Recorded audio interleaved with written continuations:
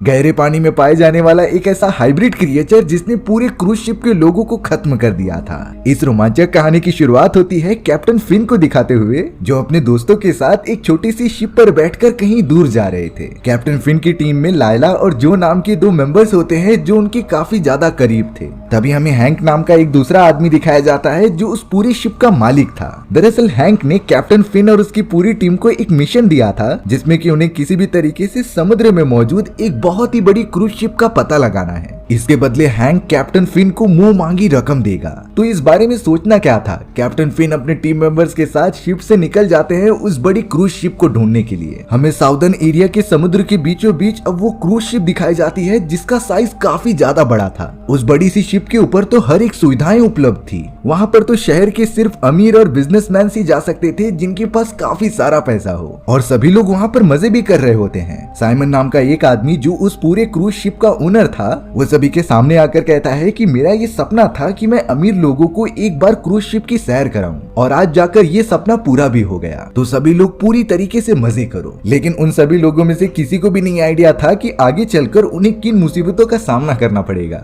अब हमें वापस कैप्टन फिन के शिप पर दिखाया गया था जहाँ पर कुछ मेंबर्स की तबीयत खराब हो चुकी थी। दरअसल उनमें से कई मेंबर्स का ये पहला मिशन होता है, इसीलिए वो थोड़े डर रहे थे। अब यहाँ कैप्टन का एक साथी जिसका नाम जो था, वो उस बीमार आदमी के कमरे में घुस जाता है क्योंकि उसे कुछ चोरी करनी थी। लेकिन जो ने देखा कि उस जगह पर बड़े बड़े मिसाइल्स और डायनामाइट रखे गए हैं जो इस तरीके के मिशन में बिल्कुल भी अलाउड नहीं थे। अब अचानक कुछ दूसरे मेंबर्स जो को चोरी करते हुए पकड़ लेते हैं, इसीलिए अब वो सभी लोग मिलकर जो को काफी ज्यादा मारते जा रहे थे। हैंक भी जो को और भी ज्यादा मारने के लिए कह रहा था क्योंकि जो ने चोरी करने की कोशिश की थी। कैप्टन फिन को जब ये बात पता चलती है तब वो उसे बचाने के लिए आ गए थे और उन्होंने बाकी मेंबर्स को मारते हुए गन पॉइंट पर रख लिया और जो को छुड़ा लिया। लेकिन अब हैंक को कैप्टन फिन के ऊपर बहुत ही ज्यादा गुस्सा आने लगा। वहीं दूसरी तरफ अब हमें उस बड़े से क्रूज शिप पर ट्रिलियम नाम की एक लेडी को दिखाया जाता है। ट्रिलियम दिखने में तो बहुत ही ज्यादा खूबसूरत थी, लेकिन एक्चुअल में वो एक चोर होती है जो इस क्रूज शिप पर सिर्फ और सिर्फ चोरी करने के लिए आई थी। ट्रिलियम तो सामने आने वाले किसी भी अमीर से अमीर लोगों के पॉकेट में से पैसे चुरा लेती।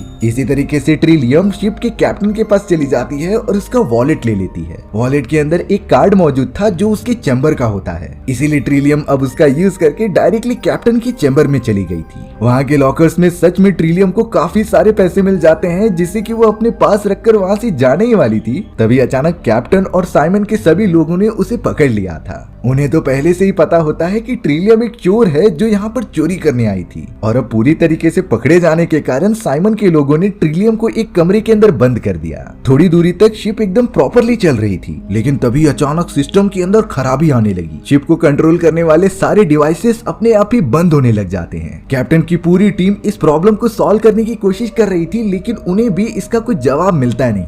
साइमन कैप्टन को कह रहा था कि जल्द से जल्द इसको ठीक करो, बट कैप्टन भी इस सिचुएशन के अंदर पूरी तरीके से ब्लैंक था। अचानक उन सभी को रडार पर दिखता है कि कोई चीज बहुत ही स्पीड में उनकी शिप की तरफ बढ़ रही है, और अगर वो इसी तरीके से बढ़ती रही तो हमारी शिप से टकरा जाएगी। थोड़ी देर बाद होता भी कुछ ऐसा ही है। समुद्र में मौजूद वो अनजान सी चीज अब शिप से टकरा गई जिससे कि वो पूरी तरीके से हिलने लगी थी। सारे के सारे पैसेंजर्स अपनी जगह से दूर जाकर गिर जाते हैं, लेकिन उनमें से किसी को आइडिया नहीं था कि आखिर समुद्र में ऐसी कौन सी चीज है जो इतनी बड़ी क्रूज शिप को बड़ी आसानी से हिला सकती है। सारे पैसेंजर्स तो एक बहुत ही बड़ी परेशानी में फंस गए थे। अब यहाँ उस छोटी बोट पे हैंक के कहने पर उसके सभी लोग पता नहीं क्या अजीब सी चीजें करने लगे थे। उनके पास बहुत सारे एक्सप्लोजिव्स होते हैं और मिसाइल्स भी होते हैं जिससे कि हैंक हमला करने के लिए तैयार कर रहा था। हालांकि कैप्टन फिन उन सभी को मना कर रहे थे क्योंकि बीच रास्ते में ऐसा करना काफी खतरनाक हो सकता है, और अब इसी तरीके की लापरवाही करने के कारण उनकी टक्कर एक दूसरे बोट से हो जाती है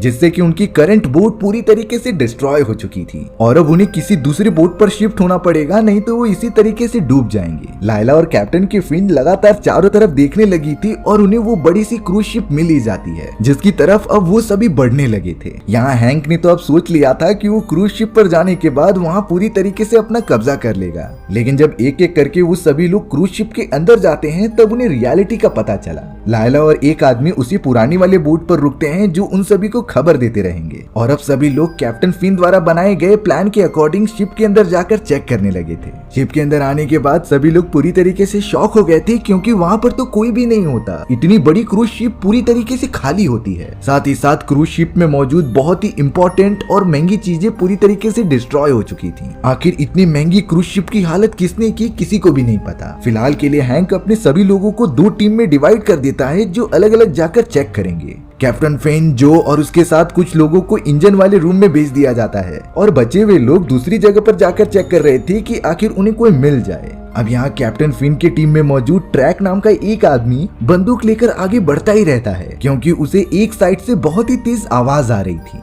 जब वो वहाँ पर देखने गया तब कोई हलचल तो नहीं होती है, लेकिन ट्रैक जब दूसरी तरफ मुड़कर वापस जाने लगा तभी अचानक पानी के अंदर से कोई बड़ी सी चीज बाहर निकली और ट्रैक को पकड़कर अंदर लेकर चली गई। उसने तो ट्रैक को एक ही बार में खत्म कर दिया, जिससे कि पूरा खून चारों तरफ फैल जाता है। ये इतना डरावना मंजर था कि सभी लोगों को ट्रैक के चिल्लाने की आवाज आने लगी। कैप्टन फिन, जो और बेन इस आवाज को सुनकर एकदम चौकन्ना हो गए, लेकिन शायद तब तक काफी ज्यादा देर हो चुकी थी, क्योंकि पानी में मौजूद उसी अनजान चीज ने अब बेन को पकड़ लिया था, जो उसे भी लगातार पानी के अंदर लेकर चला जाता है और तुरंत ही मार देता है। बट ये ऐसी कौन सी चीज है जो खुली आंखों से नहीं दिखाई दे रही थी और सभी पर हमला कर रही होती है? ये सारी बातें तो कैप्टन फिन बिल्कुल भी नहीं समझ पा रहे थे। लेकिन फिलहाल के लिए कैप्टन फिन जो को लेकर एक सेफ जगह पर भाग गए, क्योंकि वो नहीं चाहते थे कि जिस तरीके से बाकी लोग मारे गए उस तरीके से वो दोनों भी खत्म हो जाए, नहीं तो पूरी कहानी कंप्लीट कैसे होगी। अब हमें उस छोटे वाले शिप पर दिखाया जाता है जहाँ पर लायला एक दूसरे आदमी के साथ मिलकर शिप को रिपेयर करने का काम कर रही थी, क्योंकि छोटी वाली शिप के अंदर एक बड़ा सा छेद हो गया होता है जिसमें से पानी आने के चांसेस थे।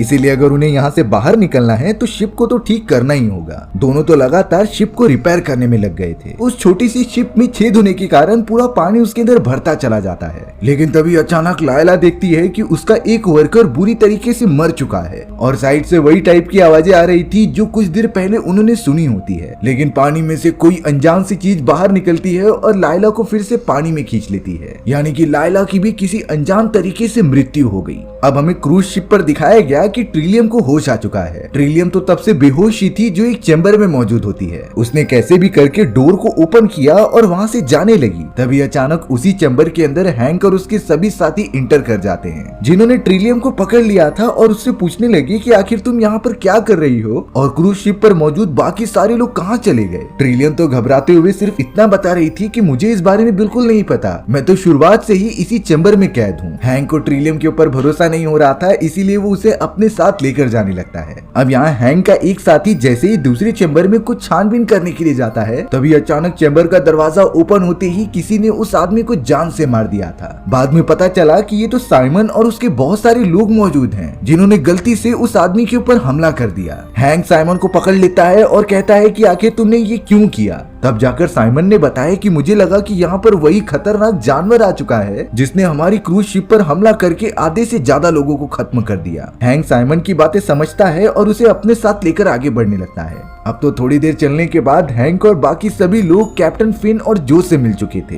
हैंक कैप्टन फिन से कहता है कि मेरे बाकी सारे आदमी कहाँ गए। तब जाकर फिन ने बताया कि उन्हें किसी मिस्टीरियस क्रिएचर ने खत्म कर दिया है। हालांकि हैंक कैप्टन फिन के बातों पर भरोसा नहीं कर रहा था, लेकिन साइमन वहाँ पर बताता है कि ये सभी लोग झूठ नहीं बोल रहे हैं। हमारे क्रूज शिप के अंदर एक बहुत ही खतरनाक क्रिएचर है जो सभी लोगों को मार रहा है। इस बात से सभी लोग बहुत ज्यादा चौकन्ना हो गए। अब जिस लिफ्ट में सारे लोग बैठे हुए थे वो अचानक बहुत ही तेजी से नीचे गिरने लगी। वो तो नीचे वाले हिस्से में जाकर वहीं रुक जाती है। तब अचानक उन सभी को किसी के चिल्लाने की आवाज आने लगी जो किसी इंसान की तो हो ही नहीं सकती। लिफ्ट के दूसरी तरफ एक दरवाजा मौजूद था जिसमें से लग रहा होता है कि कोई अंदर आने की कोशिश कर रहा है और वो बहुत ज्यादा स्ट्रॉन्ग होती है। सभी लोग उसके ऊपर फायर करने लगे, लेकिन इसका कुछ असर उसके ऊपर होता ही नहीं। फिलहाल के लिए कैप्टन फिन अपने सभी लोगों को एक सेफ जगह पर लेकर चला गया था, क्योंकि अभी तक किसी को भी नहीं पता चला होता है कि आखिर वो मिस्टीरियस चीज क्या है जिसने क्रूज पर मौजूद इतने सारे लोगों को खत्म कर दिया। यहाँ लायला को ढूंढने के लिए एक दूसरा आदमी उस छोटी सी बोट के ऊपर चला गया था, लेकिन उसे तो पता ही नहीं कि लायला मर चुकी है और अब उसकी जान खतरे में पड़ने वाली है।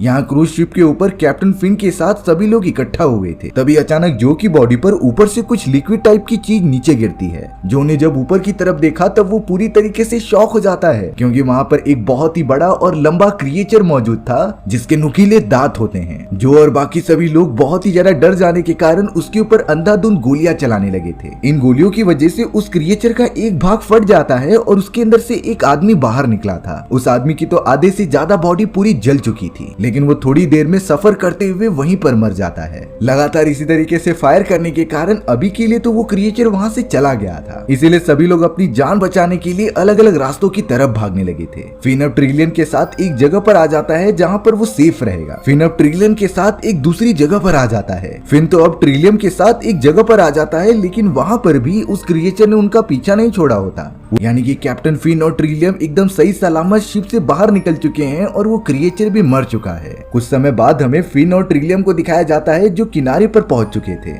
और वहाँ पर तो अब जोई भी आ चुका था, जो कह रहा होता है कि धमाका होने से पहले वो पानी में कूद चुका था, जो बता रहा होता है कि धमाका होने से पहले वो नीचे आ चुका था। वो सभी लोग बहुत ज्यादा खुश थे कि उन्होंने कम से कम अपनी जान तो बचा ली। लेकिन तभी अचानक उस आइलैंड पे से उसी खतरनाक क्रिएचर की आवाजें आने लगी और कोई अनजान और बड़ी सी चीज फॉरेस्ट में से होते हुए उनकी तरफ आते जा रही थी।